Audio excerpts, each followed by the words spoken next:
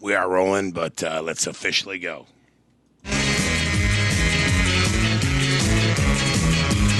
Like this, Drew? No bullshit news. Charlie, it's very simple. No bullshit news. I'm thinking. Most of your stories, it's false. No bullshit news. You are fake news. No bullshit news. Stop with the media bullying. Charlie? Stop the media bullying. That's No bullshit news. Hot dog.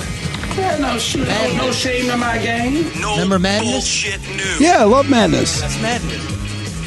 Mr. Methane liked to fart along with Madness. I don't know if you remember Mr. Methane. Well, they have a good beat. Yeah, they're cool as hell. Wow. It's a nice tune. What song is that? What is it? One Step Beyond? One Step Step Beyond. Well, Our House is, of course, what most people remember of Madness, but they had a lot of great tunes. They did. I was just sitting in my basement drinking beer, thinking about the show. You know, just trying to freshen it up each week, dude. Because I sit down there at night. And I just go. I think I'm going mad. There's a lot to get mad about. But it just feels like it can't be fixed.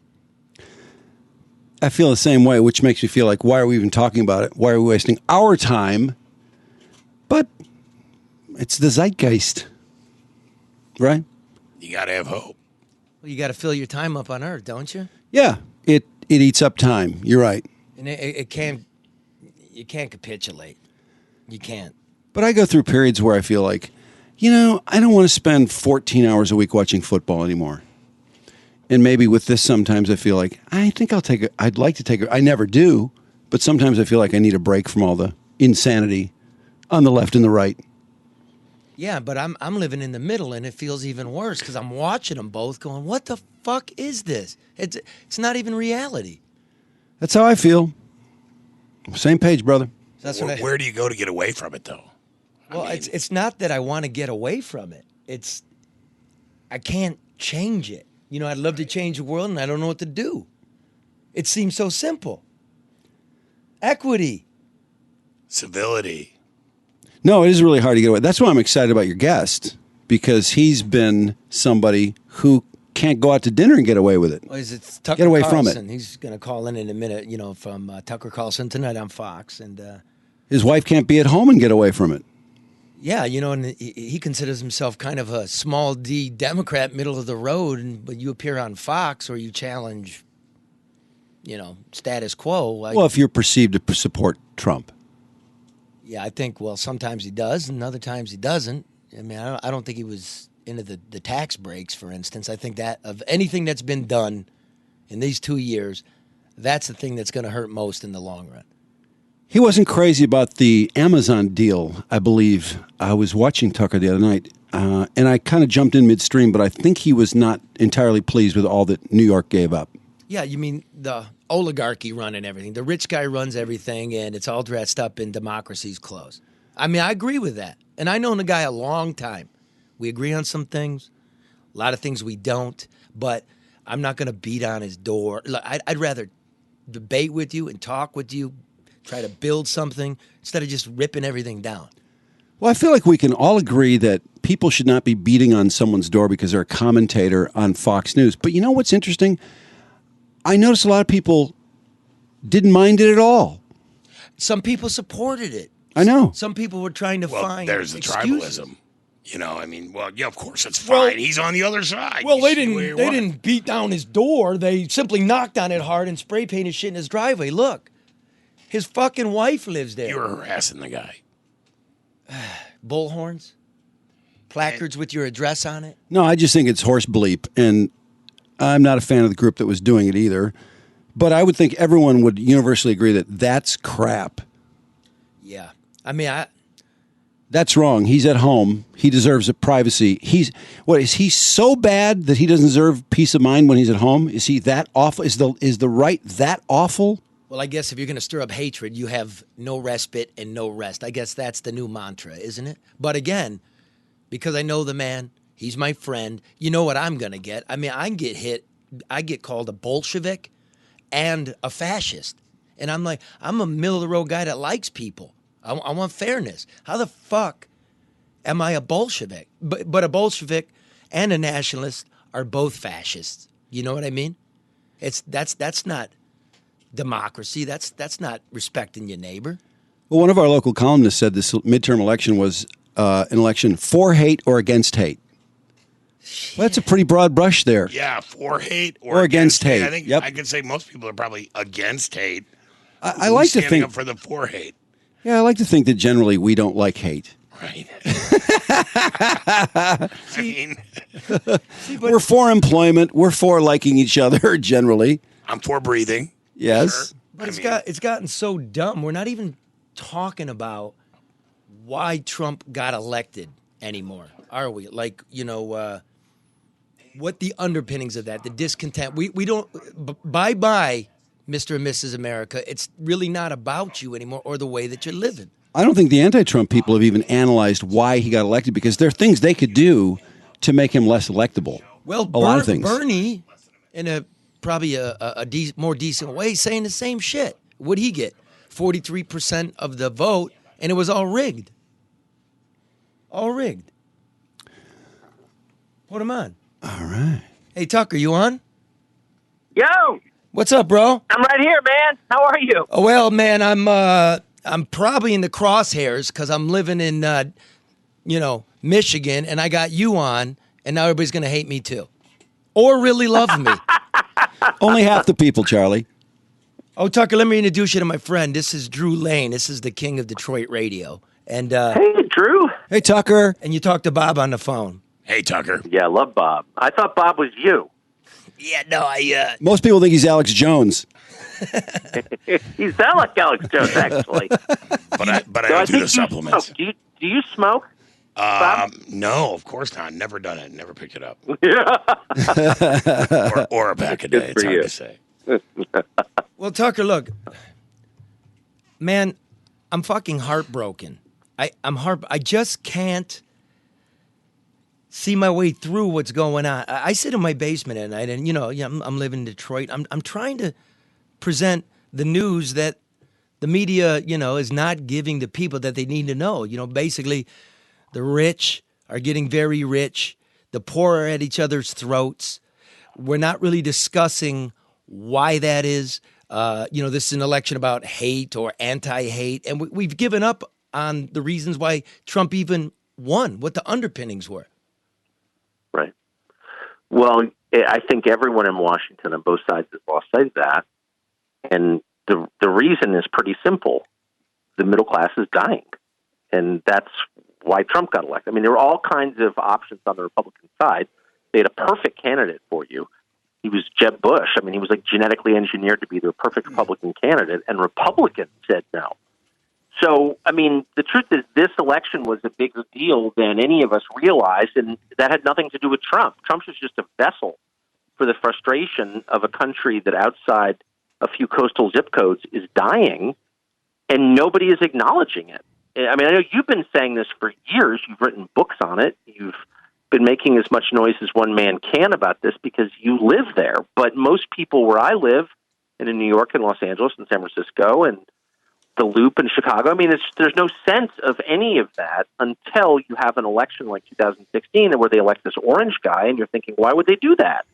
And of course, if you take 20 minutes and travel around the country you're born in, you understand why. Because, it gets boiled down to this, Tucker, because there's a great white menace, right? Because white people, look, let me put it to you this way. Whatever you think of Trump, whatever you think of his policies, the effectiveness of them rolling into the future, when he renegotiated NAFTA and we have the USMCA, $16 an hour for, 45% of, auto factory work, and 75% of the components have to be made in North America. Not a single reporter locally, nationally, or internationally bothered to come here to Macomb County to ask auto workers getting off the third shift at 9 a.m. on Thursday with their paychecks at the bar what they thought of it. So when they maybe go for Trump again because they see that he's at least acknowledged their financial situation, it won't be presented that way. It'll be presented as they're misogynistic, racist people. Where is the fucking media who promised us, once they got caught with their pants down, that we will do a better job of finding America and representing them? Well, that's really the question, and they got completely sidetracked and completely mesmerized by Trump. They felt personally threatened by him for legitimate reasons and illegitimate reasons, but they sort of decided day one everything was about him, and they missed the story, which is still ongoing, which is the total realignment of our political system, complete realignment of it, and the total change in our economy and our society itself. Like, everything is different. We're undergoing this massive revolution in the way money is made and distributed. A small number of people are getting richer. Everyone else is languishing. I mean, that's a good, whatever you think of it, maybe you're for it, maybe you're against it. It's a great story. Nobody's covering that. And I guess I'm so bored at this stage. At first I was outraged when, you'd say something, people like, you're a white supremacist. And I would always think, because I'm so literal, I think, well, actually, I'm not. I mean, if, no one around is talking to myself, I don't feel that way at all. That's not actually how I feel. I've never felt that way. I don't even see the world really in racial terms. I'm from Southern California. I'm 50. I didn't grow up in that world. It's not how I think, A. And then B, I think, well, that's so outrageous. How dare you say that about me? And now I think, I don't even care. You don't mean it. It's just dogs barking. It's children yelling. It doesn't mean anything. What bugs me about it is all the race and gender and sexuality talk. It's a distraction from the actual conversation, which is about economics, and no one wants to have it. And by the way, I would say to some extent that's intentional. This is a distraction. This is a diversion planted in our path to get us off the scent of the real story, which is who's getting rich and who's not. That's the real story. But remember, dude, I mean, the totem of American life, right? Blacks are at the bottom, then the working class whites are next in the trailer park, and then we move our way up. So there is a race component in the fact that whenever things turn to shit, black people tend to feel it first. That much. Oh, for sure. Why not acknowledge that? Why not acknowledge that and get some people off your ass and off your doorstep? Well, because that's not true, for one thing, right now. I mean, there are many ways to measure this. I mean, that always has been true, for sure. And there are a lot of the biggest sins America ever committed were racial sins. I couldn't agree more. I'm not trying to pretend that race and racism haven't played a role and don't play a role in America. Of course, nor am I saying that you're doing that, just to be clear. No, but what I am saying is, if you're going to look at the numbers, which is, it doesn't tell you the whole story, but it's a good place to start. There's only one group in America whose life expectancy is shrinking. Okay, and it's actually working class whites without high school degrees. Like, they're actually dying younger in huge numbers, and that's never happened before in American history. Now, that doesn't tell the whole story, of course, but it tells you that it's a little bit more complicated just than all the suffering is done by one racial group. No, but you know what that says? We're starting to see an evening out, and that's not the direction we want to go. What we want is life expectancy for blacks to increase, not for whites to decrease. That's what's going on, and that's what people are angry about. And black people are really angry. Where's their look? I look at Trump as like the anti-Republicans. Even my mom jettisoned Bush because he's a bullshit, fake liar. That's what she calls him. I agree. Okay, so the only thing Republicans ever promised a working class white was we're going to get rid of affirmative action. That's what they promised. Right. Because it's not fair to put one person in front of another, which is why we have affirmative action to undo 400 years of that, right? So the white guy figures out, fuck, man, forever war. And my brother comes home walking around on popsicle sticks. And my house is worthless. And my job's in Mexico. When is the black person going to overthrow? So he overthrows Republicans. When does the black person overthrow the Democrats? What are they giving them? What are they giving them? Well, they're getting a lot. And by the way, life expectancy for African Americans has gained quite a bit, just for the record, in the last 20 years. That's actually been a good thing, I think. But what the key thing to understand about African Americans from a political standpoint is that they are the linchpin of the Democratic Party. Democrats can't win elections without total unanimous buy-in from African American voters, which is fine, okay? But that tells you a lot about the motive. So, if you have, I have two pretty good friends who are black, who one's sort of conservative, good for you. The other. No, but listen, no, you're missing it. Who are out of step politically with other black people in America. And one's sort of conservative, the other's very conservative. But if you ask either one of them, like, what's that like to have slightly different views from those of the Democratic Party, they'll tell you, you get attacked relentlessly. Like, you're not allowed to think for yourself. People call you a traitor. They attack you personally. Like, why do they do that? They do that because they have to. Instead of making the case, vote for us and your life will get better in this or that way, they have to tell you, if you leave, you can never come back. We're going to crush you. And that's an ugly kind of politics, I think. Tucker, the picture of the newly elected reps, the Republicans and the Democrats, there was so much to do over. Look at this picture of the Democrats. It looks like America. Look at this picture of the Republicans. It's all old white guys. And, the attack is on old white guys, and I hear it all the time. And I'm amazed that can be, you can just broad brush someone for being white that way in light of how horrible it is the other way. And we know that. But nonetheless, are Republicans interested in making that picture look more diverse? Are there really women? Are there women running and they just don't win, or is there no money behind women? Why is that picture? I don't know. It's an interesting question. I know my own preference. I'm hardly in charge of the Republican Party. I think it's one of the dumbest groups of people I've ever seen. So it's hard to account for a lot of the things that they do. But I would say I think the nationalist message is the right message, which is to say the thing that unites us all, regardless of color or religion or even place of birth, is that we're Americans and we believe in America and we want a government that defends us. Okay, so that's nationalism. But is that a nationalist message or is that a patriotic message? Because the nationalism label has a bad connotation. Well, you put white in front of it. Well, I don't know why. There's white nationalism, I guess. I'm not even sure what that is. Obviously, I reject it. I don't think it has anything to do with what I'm saying. No, we don't say it's. I understand what you're saying. We're having a conversation, but Bob's saying it's the nomenclature. No. It's really simple. A small number of people have gotten really rich from not having meaningful borders. So obviously, capital doesn't want any barriers because that creates friction and cost. So if you have fewer barriers, you make more money. The finance class does. So they're opposed to any change in this. The average person is like, wait a second. I'm sorry, go ahead. How does what? How does the financial class make out when there's no borders? Cheap labor. Well, of course, because it's much more efficient for a business, but the cheap right? labor, Because it costs a lot. The cheap you don't want to have your trucks made in to Detroit. Mexico. Yeah, right. And then the other stuff here becomes cheaper, like of course, gardening. So it's totally farm look. If work. you're a business owner, if you're financing companies, if you're in other words, you're in the managerial class.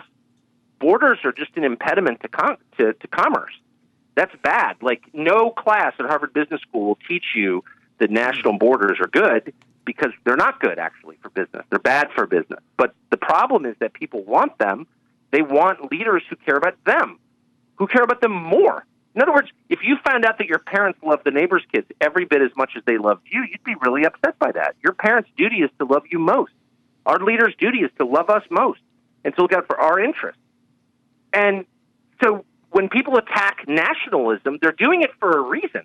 And that's because the current system is making them rich, and it's completely impoverishing, for example, your state, but they don't care because they don't care about you and they don't live there.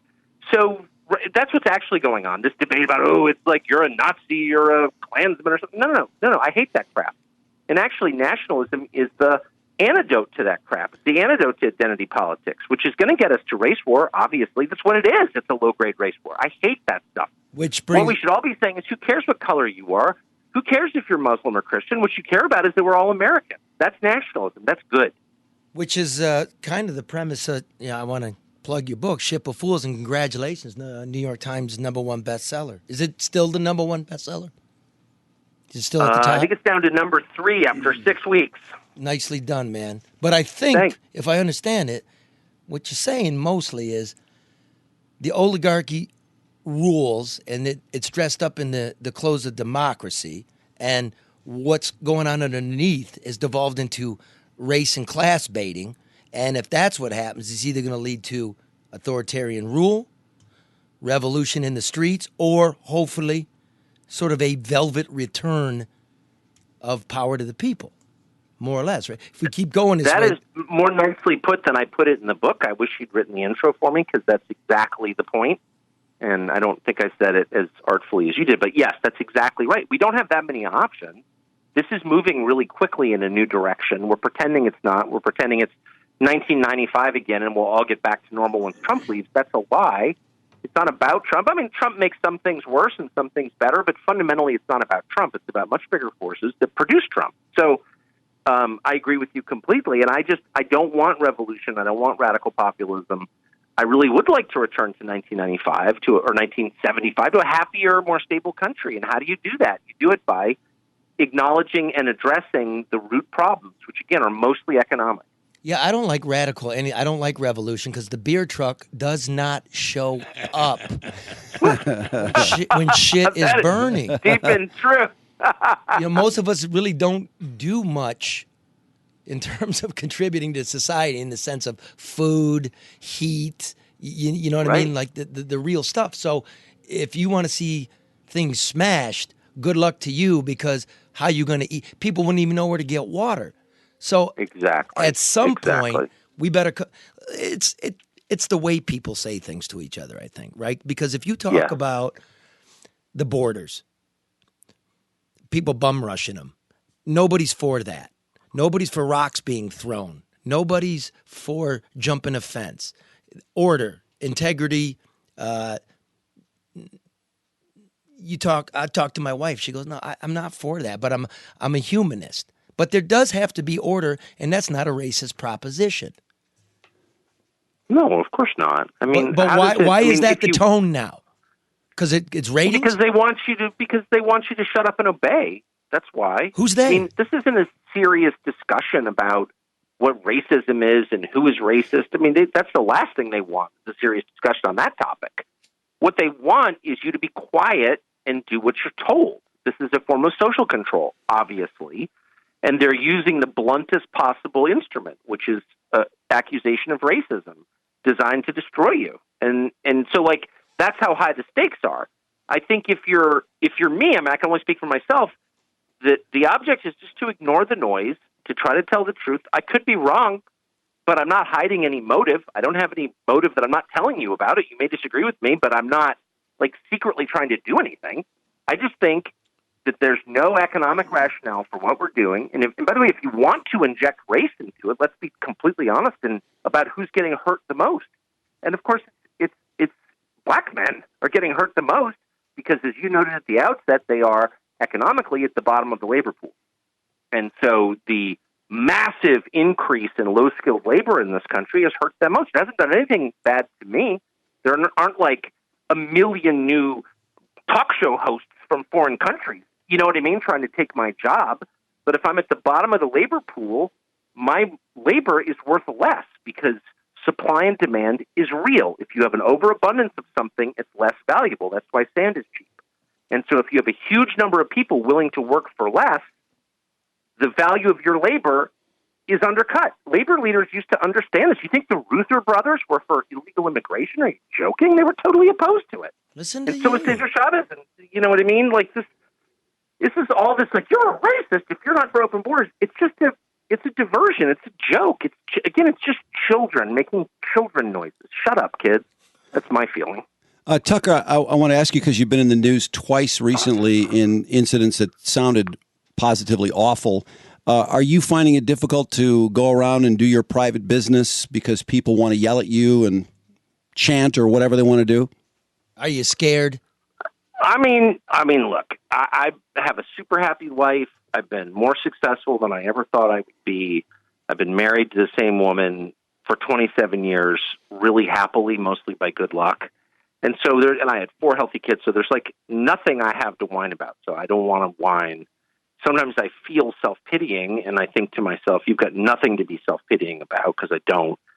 But just as an academic question, I think it's become really hard to disagree on a bunch of these topics without paying a personal price. And I definitely have paid that price. And I'm sorry, but the honest truth is I'm in a much better place to pay that price than your average person.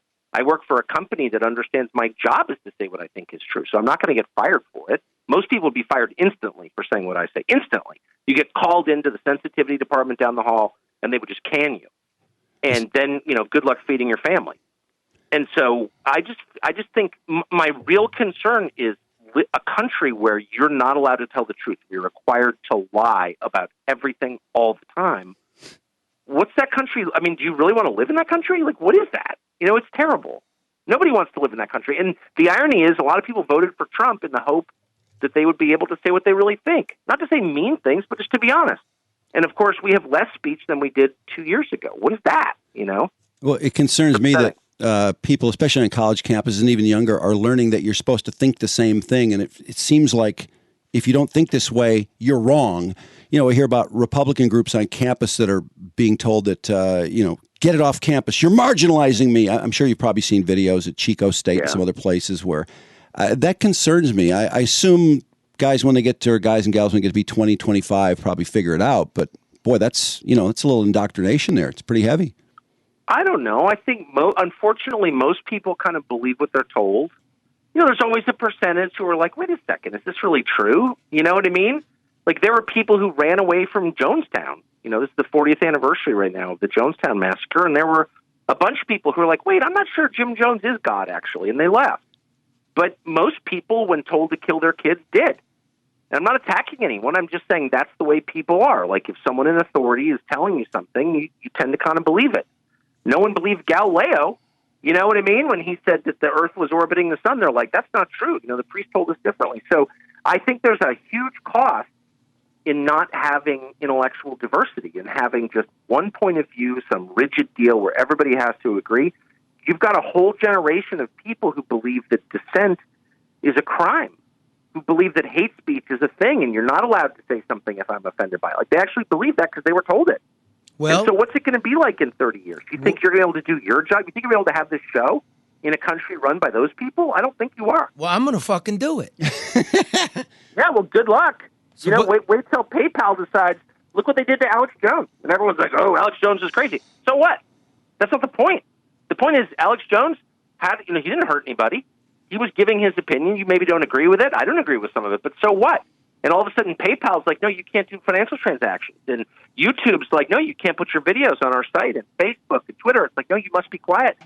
And what's his recourse? And Alex Jones is a famous guy with a lot of viewers.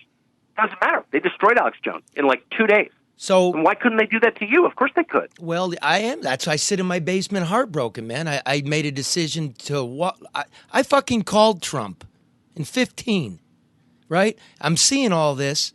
What's going on in my country with my people, and there's no room for it. So am I scared? Yeah, I'm scared if I can ever project their voice again. And I'm asking you are a figurehead of this shit. Are you physically frightened, and are you spiritually frightened? I'm really upset about, and I don't want to get sappy, but I'm from here. I love this country. I mean, I grew up here. And I don't have anywhere else to go. So I love this country, and it makes me very, very sad. I don't feel physically threatened. I've always been, whatever. I mean, I've never felt threatened, and I've always been a hunter my whole life. And I grew up in a family of hunters hunting, so I'm not a violent person, but I'm comfortable with guns. And so I don't feel threatened personally, but there's a huge, since you're asking, you're in your house and you feel totally calm and happy, and there's all this nonsense going on in the world, but you're sitting at home in your kitchen and you feel like I'm in my cave. And I no longer feel that way, neither does my wife. And that's a really sad thing. Like, until it happens to you, it's hard to imagine what it feels like, but it's really a bummer to be sitting in your house and not being able to relax. Like, there's a huge cost. And so part of me thinks I want to go find every person, all these little rich kids who did that to me, and I want to hurt them. And then I'm like, no, because thinking that way, being angry and vengeful, grudge-holding, rage, like that stuff will destroy you. And so I'm really trying not to be that guy. I don't want to be that guy. But I don't want to go crazy. If they breach your door, well, then it's not a question. It's a straightforward deal. And I would never want to hurt anybody. But of course, if someone came into my house, I would hurt them because that would be my duty. That's not even a question at that point. I don't think that's going to happen. I'm not worried about it. That's the least scary thing. The most scary thing is that I get home and my wife's like, oh, I'm uncomfortable here and we can't relax. And like, that's the real cost. Some little Antifa tool showing up at my house, like that's just a very simple equation. that I could solve, and I wouldn't even think about it. You're in my house. Okay, done. But it's not being able to go to dinner, and I can't take my kids anywhere. What happens if someone yells at me in an airport in front of my daughters? Then my choice is be humiliated in front of them or go to jail for committing violence. It's like, then you don't want to go to the airport. Then you don't want to leave your house. But then you can't stay at home because you see what I'm saying. And I'm not trying to whine. I'm just saying I know all about the psychological aspect of it is really painful. And then part of you, like I said to my wife, let's just leave. Like, I don't need to. I've been here my whole life. She was born in Washington. I was like, let's just go to Florida and live in some stupid gated community, with a decent restaurant and just stay there. And she's like, I'm not leaving. Like, I'm from here. I know everybody here. I love this place. This is my neighborhood. These kids aren't even from here. She's like, I was born, half a mile from here. I'm not leaving. And so I admire that about her, but it's just a bummer. It's just a bummer. It's psychological warfare designed to terrify you. And even if you're pretty tough, we're not super tough, but I think we're pretty tough, it has an effect. I feel for you, Tucker, and I'm stunned at how many people think this is okay. And I don't think it's a majority group, but I was just online after that reading. I'm like, really? People really think this is okay? They really think this is a commentator on TV? Do people, is this something that's happening a lot that we don't hear about as much? I mean, is Jim Acosta being bothered in restaurants? I hope, I sure hope not. No, I don't want it either. For Jim Acosta, but I don't want him to get hassled. As far as I know, and I know this sounds self-serving, and I could be wrong, but my understanding is it's only happening to people who are, who disagree with the prevailing view of rich people. You know what I mean? Who are dissenting from what everybody thinks. With all the cool kids think one thing, and if you think something different, you're going to get hassled. And yeah, I know a lot of people, and I can give you their names, but I mean, people who you look at people from afar, and you're like, oh man, you make all this money, and you're famous, and that must be so great. But the closer you get to, I live my life around those people, so I have some sense of what it's actually like. And in a lot of cases, it's really hell. Like, you wouldn't want to live their lives at all. Yeah, man. You wouldn't. You don't want to live. Charlie, let's ask you a question. You covered Hollywood. You were in Los Angeles for the New York Times, and you must have run into actors who like literally couldn't go anywhere. How happy were they? Were they happy people? No. And if you had to meet them at surreptitious you either met them quietly at some place where they couldn't be seen, or their collar's up, or they're on these ridiculous junkets where they're not them. You know what I mean? Right. People going, you talk to them in a hotel room and you're ushered out and somebody's ushered in, and no, it's be careful what you wish for. Exactly. You become they, whether you're they or not. So when you say they want you to think this way, you're talking about the power, their puppy dogs, the media at the table that think they're part of they. It's this whole cabal. And, are you part of it? Are you they? Because people think you're they, and in some way you must be they. That's how you're seen by the Antifa douchebag on your porch. Well, it's funny you say that. In some sense, I am they. I'm a rich person. Who's got a big microphone? Yeah, exactly. And I have a microphone, and I guess, like, I live, definitely in some ways I live really well. But on the other hand, I feel like I don't agree with anyone I live near. Not because I'm inherently against rich people or something, but because I think that Google is a bigger threat to our country than Vladimir Putin. And so, I think Google actually has a lot more power than Vladimir Putin in America. That's what I think. I'm very suspicious of corporate power, and I'm just amazed that nobody else seems to be. I don't really know why. So maybe it's unfair. Maybe I'm deluding myself, but I think I'm actually an outsider, at least ideologically. I'm an outsider for sure. Yeah, well, you're upset about Amazon, right? And all the nice corporate cookies, the nice public dollar cookies were given a very rich company. See, I think it's disgusting. And I'm just wondering, whatever happened to the left that was supposed to be pushing back against corporate control of our society? Wasn't that their job? Weren't they supposed to be looking out for the rest of us? And now they're just like handmaidens to Jeff Bezos, sucking up to the richest man in the world. That's true. That's 100% true. And so is the right. Well, then, see, I guess I would argue the right, well, I would argue two things. One, that's been the right's traditional There role. you go. So And what about the rest of us who got to pay the bill? I couldn't agree more. So it's really simple. The right either has to wake up and realize their role is now to protect the middle class from these massively powerful forces that are hurting it, or slip into irrelevancy. I mean, it's really simple. They just haven't realized who their voters are. And their voters are not the people they were a generation ago. The voters are the American middle class. By the way, the Republicans have no interest in representing the middle class. That's why they passed the Trump tax bill, which, was, of course, aimed at the finance class. But hopefully they will wake up and realize, wait, these are our people. Maybe we should meaningfully represent them. The Democrats represented them for generations. Well, wait a minute. Charlie, Listen, Tucker, you're also on the 910 Superstation here in Detroit, so, it's the voice of the community. So what you're saying, they're listening right now, is you weren't for that big, gigantic tax cut. Well, I didn't like it at all. It was for the rich. I didn't support it when it happened, and I don't like it now. It's going to fuck us. I mean, the truth, how honest do you want to be? I didn't fully understand all of the implications of it. I didn't get all of it, actually.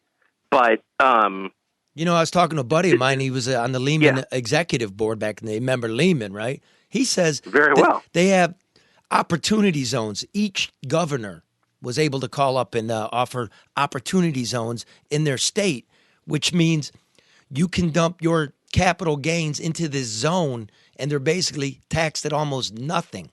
So now we have these pockets of development for the ultra-rich to dodge taxes. That's the kind of shit you're talking about. Well, that's exactly it. And look, there was one thing that Trump said in the 2016 campaign that wasn't that important mathematically, but symbolically I thought was vital, and that was getting rid of something called carried interest, which is a loophole in the tax code that allows people in private equity to pay half the tax rate of the rest of us, wage earners. I mean, I make a big wage, but I'm still a wage earner. I pay 50% of my income in taxes, okay? If I was in private equity, I would pay 25%. I'd be paying half the taxes that I'm paying now. So why are the richest people in our society allowed to pay half the taxes? And the answer is because they have good lobbyists. So Trump promised to get rid of that. He didn't. The Democrats, by the way, joined the Republicans in the Congress in defending it, but it was infuriating to me. And that's when I realized, we need the Republican Party to become the party of normal people, because the Democrats aren't anymore. Well, I don't think either of them are. So I'll take any party that would be that. I'm the guy. I agree. I'm picking and choosing and cherry picking Democrat, Republican, Libertarian, Independent. There's no place for me. None. Well, I'm sure that's right. I'm sure that's absolutely right. And you know what's going to happen, bro? You know what's going to happen? What? The billions of special interest dollars, your cameras, CNN's cameras, MSNBC's cameras, they're going to come here like a tsunami over the next 2 years because the Rust Belt went blue to red, a huge humiliation for the Democrats. They want it back. We're the battleground again. They'll pay lip service and do nothing for our kids. Of course. No, you're right. Because they don't represent the middle class anymore. The Democratic Party is the party of the rich people. Wall Street supports Democrats, period. Look at the numbers. And then people who are wholly dependent on government, But normal people, the guy with the 100 IQ making $60,000 a year is not really represented by anyone right now. And so I just think, look, this stuff changes according to demand. If there's a large group of voters who want someone to represent them, the party will represent them. I think the Republicans will wake up to this at a certain point. And that's why the Democrats have to keep calling him racist to make sure that nobody can hear the message, Well, that word gets thrown around a lot these days. I've never seen it thrown around so much. Well, it doesn't make anybody happier, actually. And if I couldn't be more opposed to racism. So if there is racism, then let's call it out and describe what it is. But people know they're being manipulated. They're totally being manipulated, well, obviously. Of and course. They're not that stupid. Well, look, the blue wave. Okay, well, there was a red wave, and before that there was a blue wave, and before that there was a red wave. The American people just ping-ponging around looking for something. right? Obama Yeah. loses 63 seats in the House. Bush loses control of the Capitol. Clinton loses control of the Capitol. This isn't anything new. We're just going around in circles, dude, which is kind of agree. the book, Ship of Fools. It's rudderless. It's rudderless. Yeah. I don't know if you meant the book or the country, Charlie. It's the book is trying to explain the country. That's funny. What's go ahead, sorry. I was just going to mention the mayor of Warren, Michigan, who was on tape making some very blatantly racist comments. And there was really, I thought, oh boy, they're going to drum him out in no time. Nothing came of Jim Fouts in Warren. The tapes of him, what blatant racism, and it was just allowed to stand. It wasn't a big deal. It wasn't, I don't know, did not catch the zeitgeist enough? Is he not powerful enough? I missed that. Local media dropped the ball. It's basically he's the Democratic mayor of the biggest city in Macomb County. So he's saying some, you call them racist things. And they were very racist. Then he's on tape, right? And he's saying it's not him. And I'm like, this motherfucker's our local Trump. Oh, but he actually said it. He's saying... And Trump said it too. Well, I haven't heard Trump on tape saying the things that... Well, grab her by the pussy. Grab her by the pussy. All that. Hey, Tucker. I'm talking about racism. Tucker, you know Trump. What's that dude like? He's exactly like he seems. Exactly like he seems. That is the one thing about Trump. It's not a defense of Trump. It's just an acknowledgement of what's true. Trump is the most transparent person I've ever met. Like in person, he's exactly the way he is in public.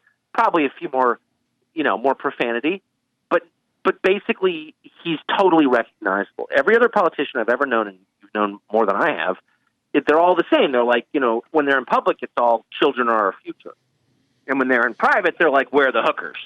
They're like completely different people.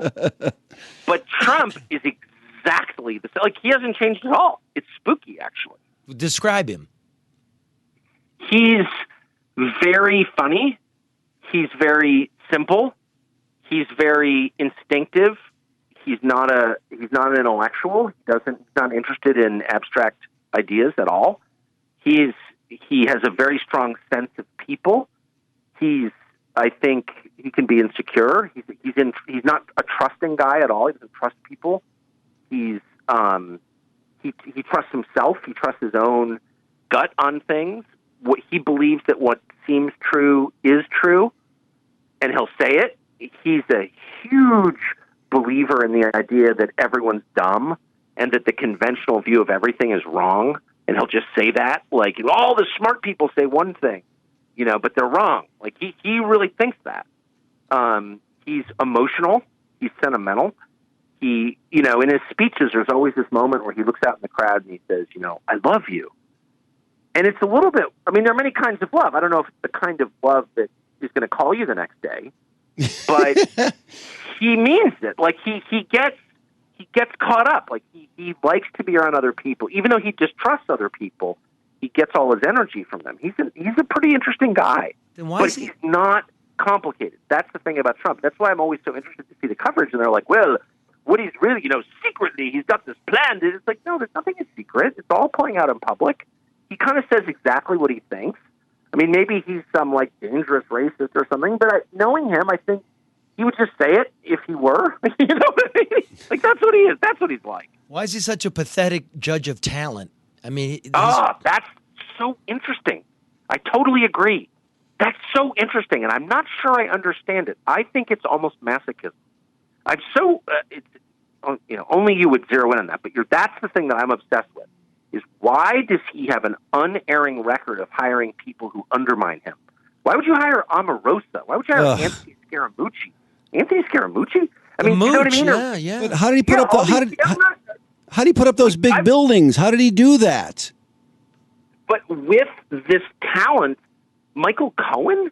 I actually like all those people. I like Omarosa, actually. But I'm not attacking anyone. I'm just saying, those people didn't like him. They didn't agree with him. They were disloyal. Everything about that was self-destructive. Why would you do that? And I kind of sometimes think maybe that's the answer, is that he's got a self-destructive quality. A lot of us do. I certainly do. I used to drink too much. I know a lot about that, and I think maybe that's what it is. I don't know what the other answer is. Well, which is more likely? He gets reelected or he gets indicted? Oh, I'd say both are definitely possible. Maybe both at the same time, you know? That's a clever answer. Wow.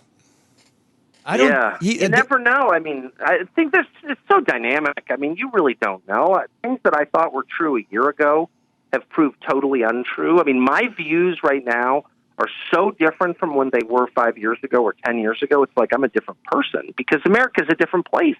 So my views have completely changed, and I'm sure they'll be totally different next year. You know, you want to retain the ability to change your mind. You want to stay flexible. You have to because things are moving too fast. Don't you think? I got to think about that. I mean, technology and all that's moving fast, but, you know, out here in the streets for real, people get along. We're doing okay. Yeah. I just think it's, you know, Acosta, Hannity, all right, you, NPR. I just think Rachel Maddow. There's just so much noise that people are uptight, right? And what they're really just worried about is their kids. So, yeah, I agree. It's moved at light speed, but amongst each other, I think we're doing okay.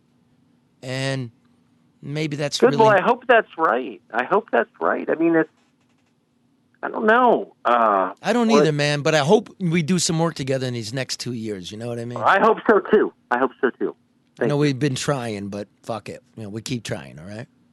Yeah. Are we on the radio, by the way? Yeah, we're going to be on the radio, and we do a podcast, right? By the way, top 100 in America, bro. We're even beating Limbaugh. I love it. And then it's rebroadcast on radio, and they bleep it. And okay, I was about to say you can use the naughty words. They're not naughty.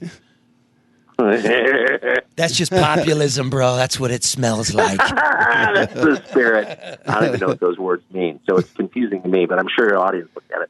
Okay, listen, man, I could go all day, but we got a guy we got to bring on. Guess what he did?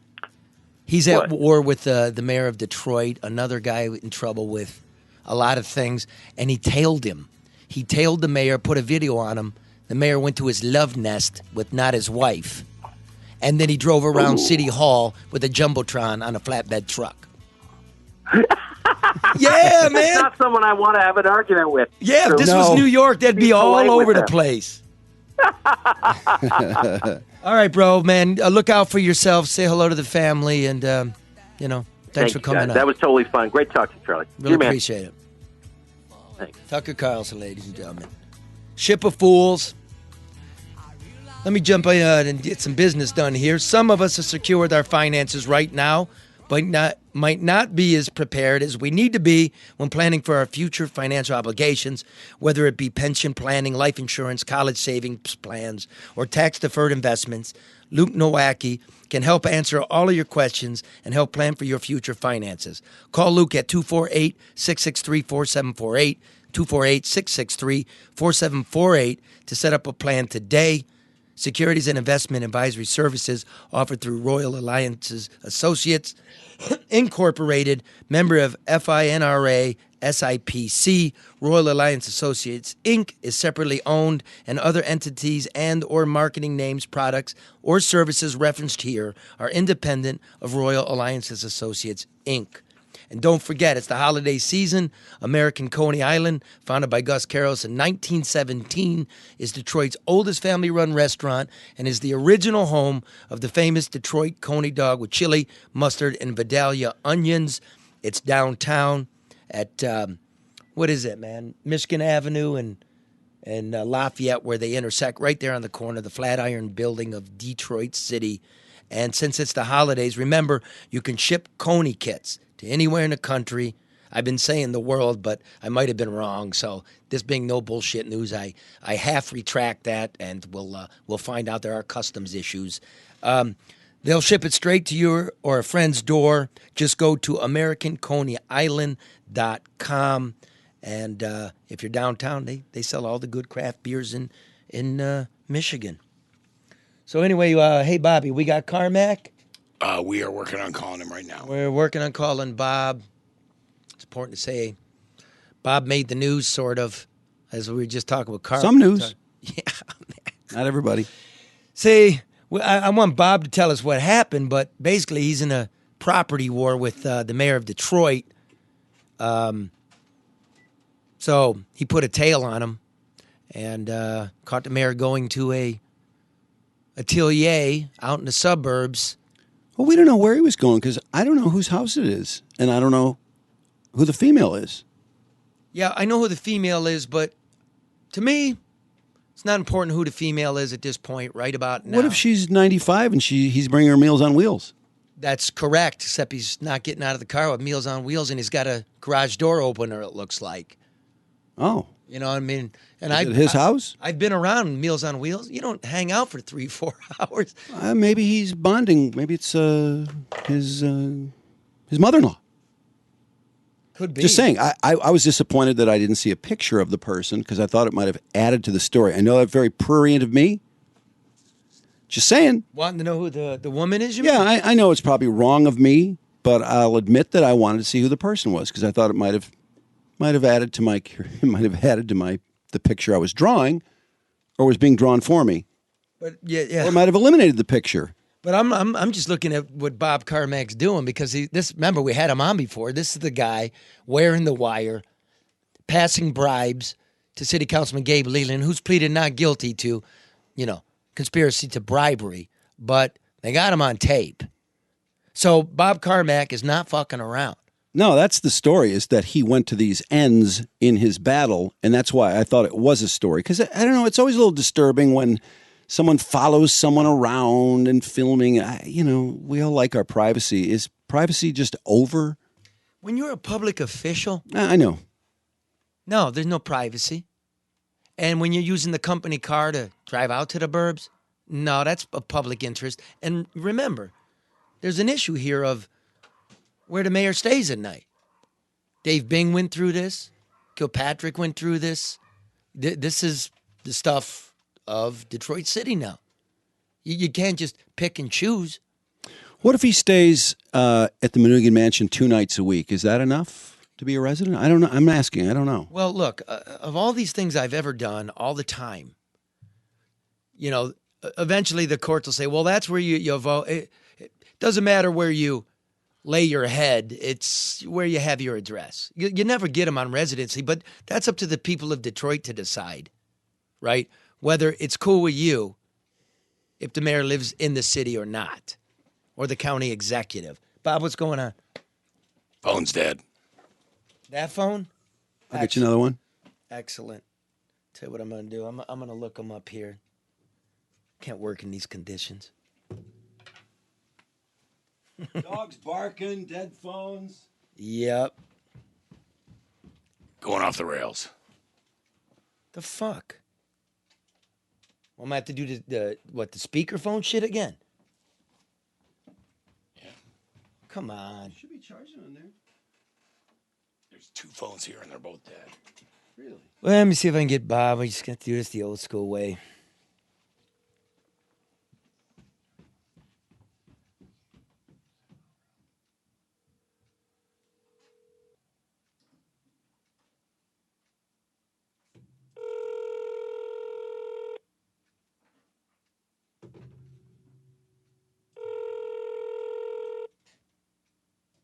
Please leave your message for... Well, hey, Bob. Thanks a lot, motherfucker. But here's the thing. Bob's got a press conference lined up for early next week. Says he's got more. So the question is, we know where the mayor went, but where did he go after that? Where's he sleeping? Where's he sleeping? Hey, Bob, never mind, dude. Just fuck it. Just fuck it. Bob's not home? Nah, we were supposed to get a hold of him a little while ago, so I'm busy, dude. We'll get him. So ask me a question about it. I'll tell you what. Ask me any question, Drew, about it. About the... Oh, there's Bob.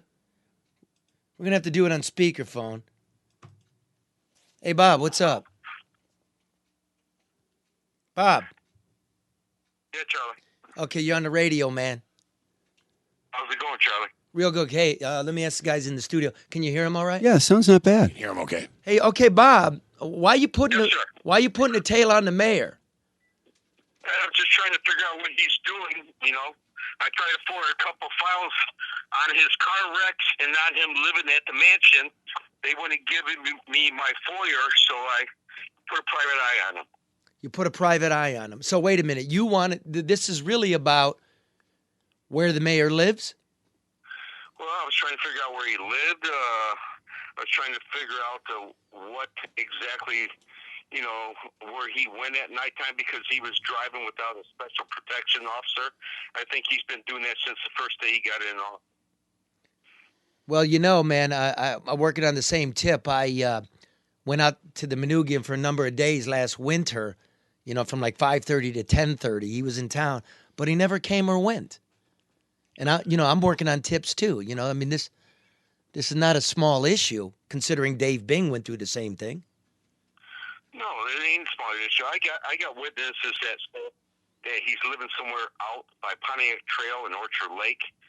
Out there, they saw him at the Kroger store with a hat on and so forth. And that's the reason why that I put a tail on him to find out what was going on. And this is where it took me. Sorry, go ahead. I was just going to ask does he ever sleep downtown? To your knowledge, you had a guy following him. He went back to the mansion during the time that that we followed him. He went back to City County building. And then you didn't know what happened to him after that? No, I took it off, you know, the tail and so forth, you know. Why would you do that if you're trying to figure out where he sleeps? Well, he went back to the mansion one time, and the other he went back to work. So, you know, I only did it for a short period of time, you know, during this time. How many days, did you have a tail on him? I think it was about 4. About 4 days. So you're paying the PI guys about $5,000 a day? No, it don't cost that much. You know, it costs probably about $100 an hour. That's all. The report was you spent $20,000. Well, yeah, I got a little surprise for you. Something coming up next week or maybe after Thanksgiving Day. Give me a little hint, Bob, because this is the No Bullshit News Hour, and we pride ourselves on knowing people making news. So give us a little something. Let me tell you, Charlie, I don't want to have Dougie get hit in the head with a drumstick during Thanksgiving. Okay? You know, I hate to ruin their family dinner and so forth. I feel sorry for his wife that has to go through this and his family. You know, it's a bad situation. What's a little that you got coming, though? Give us a little hint. You got more tape? I got more of everything. I'm going to tell you that. It's going to come out after Thanksgiving. But let's just say something unexpectedly happens to you. How would we ever know? Well, I tell you what. I figured that out before he got involved in that. You know, I'm on Michigan Avenue, so, you know, I understand how it all works. You know, I had some people come threaten me, my girl yesterday. You know, and I had some people coming to the office today. The situation is that, hey, I ain't going to stop or back down from anybody. Well, what's a little bit you got? You got to give me a little touch, little drip of honey. Whisper it. Let's just say another CD. That's all. Oh, and some more video. Would this be saying where the mayor sleeps at night? Would this show us that? Listen, I tell you what. I don't want to say a thing. Let it all come out. Let it come out, Charlie. Well, Bob, I gotta say, man. Let me tell you, this is going to be serious. I gotta say, Bob. Is it going to help your case, Bob? What's that? Is it going to help your case with your property dispute? Yeah, I'm getting an echo from you. He wants to know if all the stuff you're doing and the stuff you're promising, does this help you with your property disputes with the city at all, or have you just said, fuck it, I'm going nuclear? Well, no. The property that I have on 8107, 8124 Michigan Avenue, I'm going to win that case. The situation is his lawsuit against me on Melville, I'm going to win that case. And I already won the case up in federal court with extortion on Gabe Lynn, and he took the fifth. And all I'm trying to do is get the mayor's deposition to have the facts be put up, why he micromanaged what was being done to me. He told Butch Howell what to do. He told Madonna what to do. He told Dave Bell what to do. He runs that ship like a tight ship.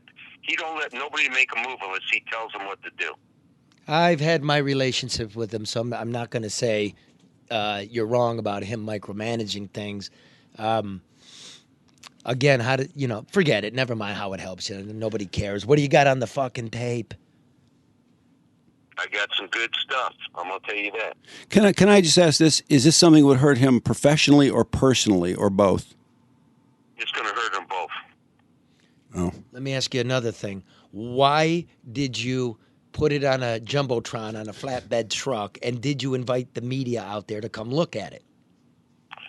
Well, let me say this. I put it on the truck there for it to visually be seen on that. I couldn't carry a TV around and put it out there by the county building. So I put it on this truck. The situation is I didn't believe that it would be out there like it did with the media and so forth. But, it shows that he was driving his car, right? He drove it to this place, and he came back, and he drove it. I don't know about you, but there's no crime to that so far, I asked for his records on the car because he had 120,000 miles on the car. The city paid $7,800 in overcharges of mileage. They replaced the windshield 2 or 3 times, which cost $600 or $300. They replaced the tires, replaced the brakes.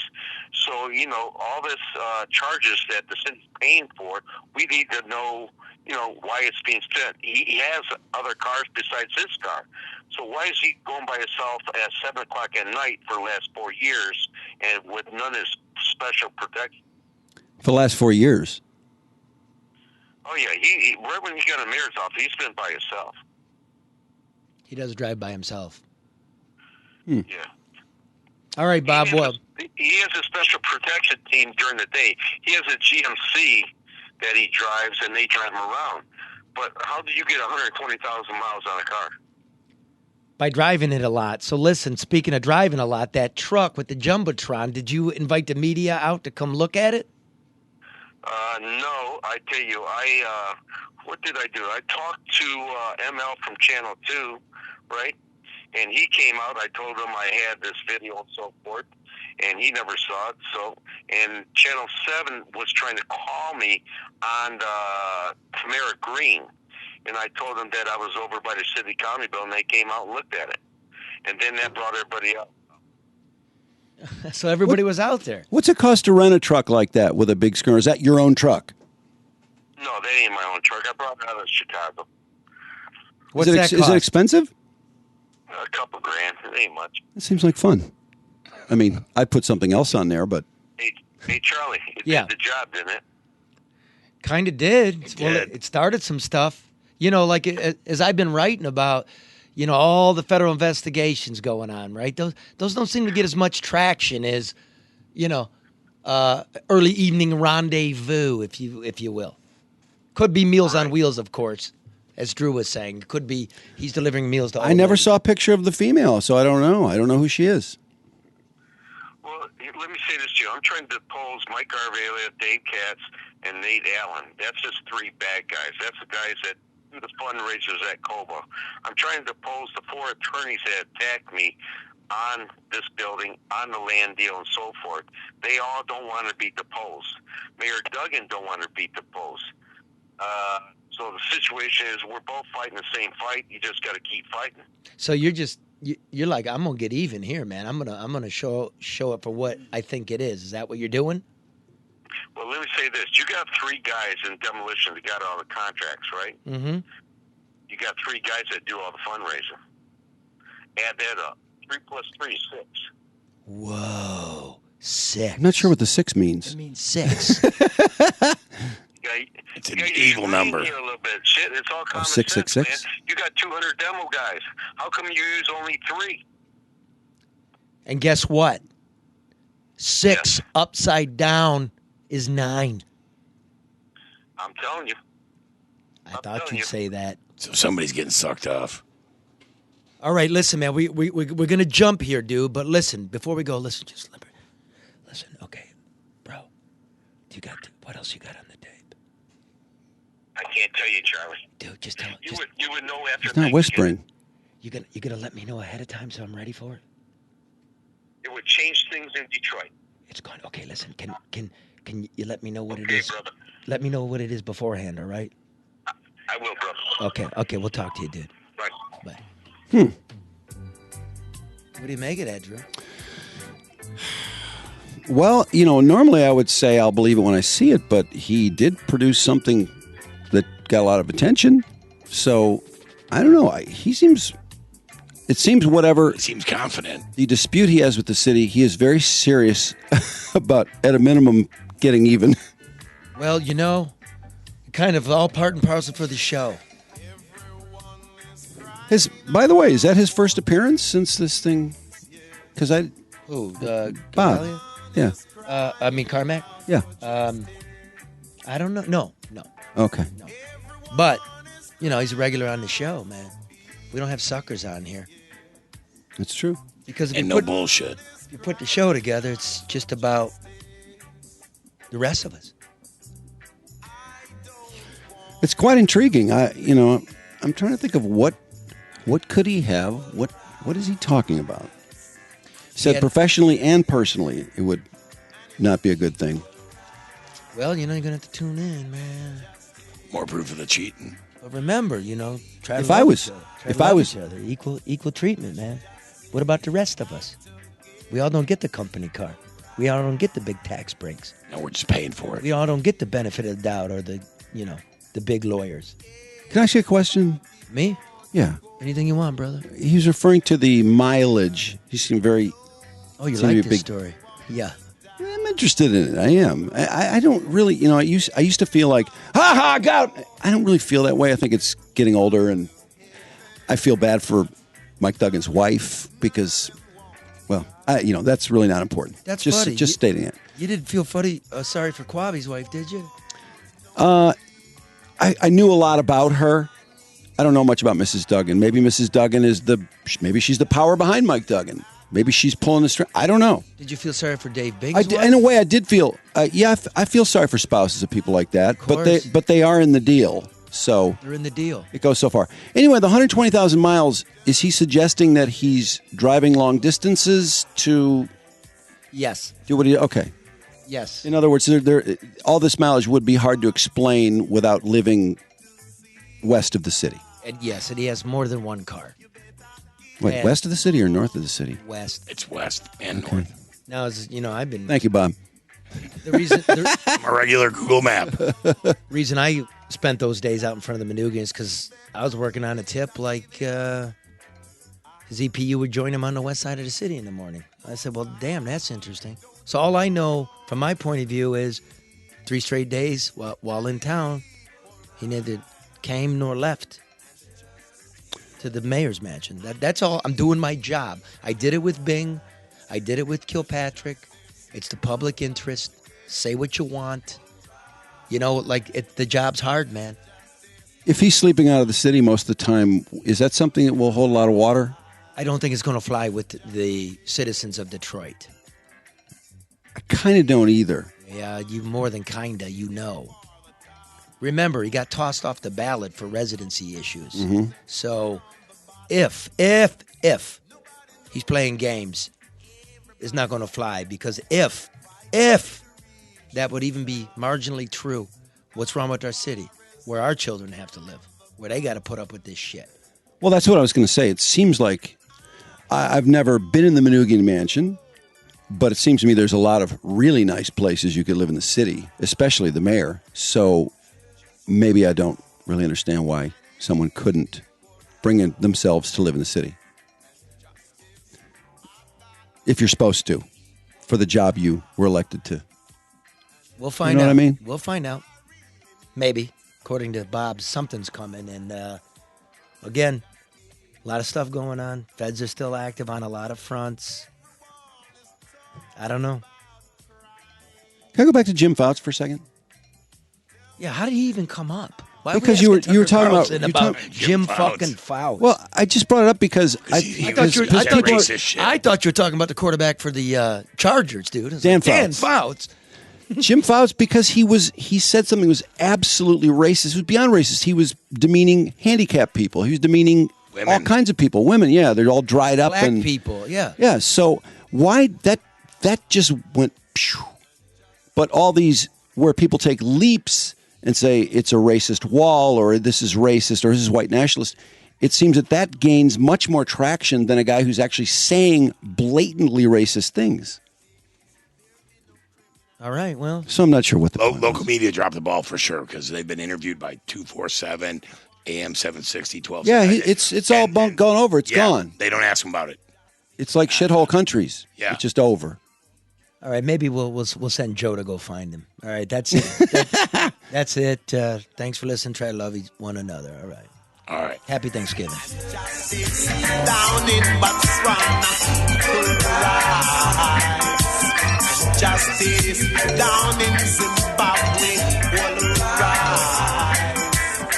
Justice down in Rhodesia, will rise.